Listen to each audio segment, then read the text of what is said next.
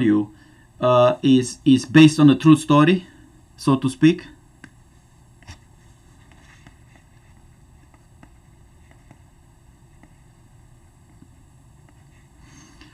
People got really scared about Zika virus in Florida in 2016, and scientists measured that the overall chance of having Zika is about 10 to the minus 5. That's 1 in 100,000. And the accuracy of the blood test is about 99%, specifically positives when the test is positive. Positive given that somebody has the Zika, or positive given somebody does not have the Zika. Those, by the way, are not redundant. Those are not the kind of probabilities that will always sum to 1.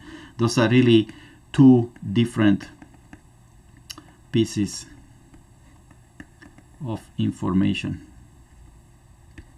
They sum to 1, but they don't have to sum to 1. So say somebody, your friend, tests positive.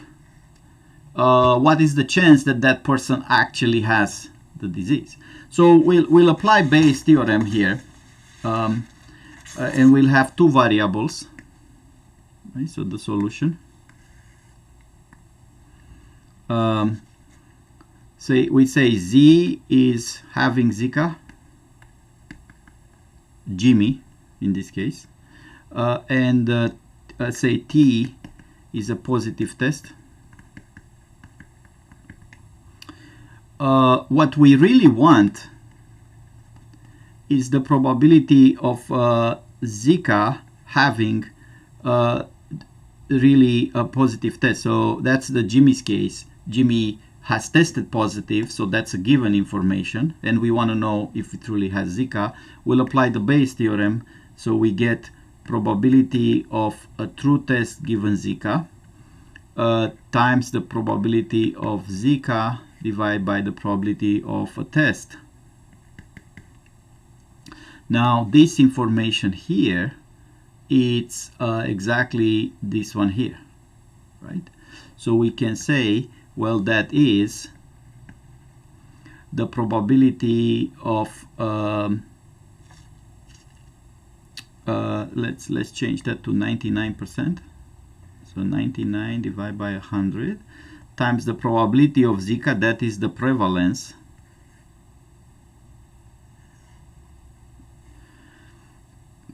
So that is 10 to the minus 5, that is 1 over 100,000, I think. Now, in order to do this P of t, we have to apply the expansion. We have to say this is P of t given z times P of z. That's the same as the numerator, plus the other side, which is t of not z. Let's just say z bar, make it easier to see, times the probability of z bar. So now the first one is simply the numerator. We already said that this part here, it's the same as the numerator. So we're going to get 99 by 100 times 1 over 100,000. This first part of the denominator is 99 by 100 times 1 over 100,000. Plus the other side, who is now P of t given not z. That's why I told you we need this piece of information. That is this one here. So that is 1 over 100. Sorry. 1 over 100. And who is P of not z? P of not z, this one is simply 1 minus P of z. So that would be 1 minus 10 to the minus 5.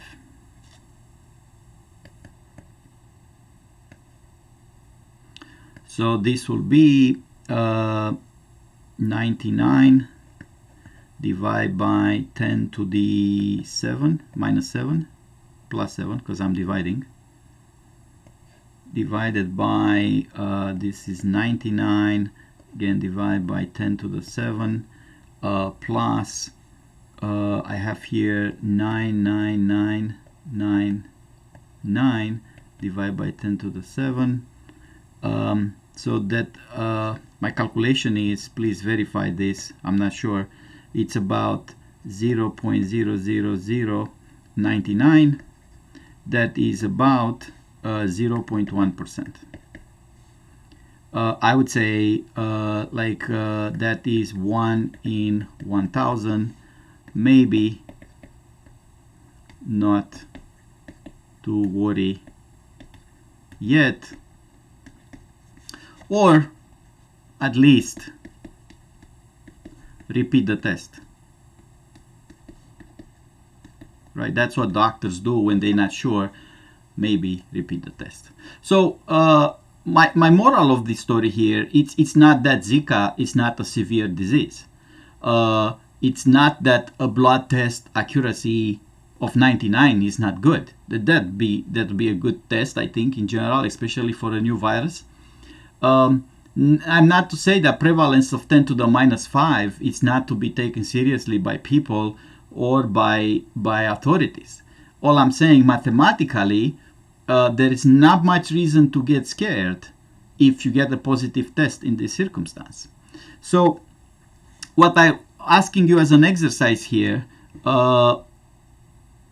what is the prevalence of coronavirus today, and what is the accuracy of the test today? You guys should go online, find the best possible information of those two things. What is the prevalence of coronavirus? This is, by the way, coronavirus. It's a big unknown. If you're thinking of this for coronavirus, we really don't know. Prevalence would be very hard to estimate. We know how many people are tested positive, but we don't know how many people roughly have the virus, because some people did not test. So it may be that the prevalence of coronavirus, it's like 20% of the population already has it. Who knows? We don't know. We just know the ones who actually tested. So if we could estimate the prevalence and the test that everybody takes 2-3 times a week in campus, that will be this value. And also we need what's the chance of the false positive of the test. Then we can really compute this with Bayes' theorem. How worried should we be about coronavirus? But that's only if we can get reliable estimates. I think we have reliable estimates on the tests, those two things. So that will be okay for coronavirus. But I think we really don't know how many people truly have it. That would be a big unknown. In any case, it would be much bigger than 10 to the minus 5.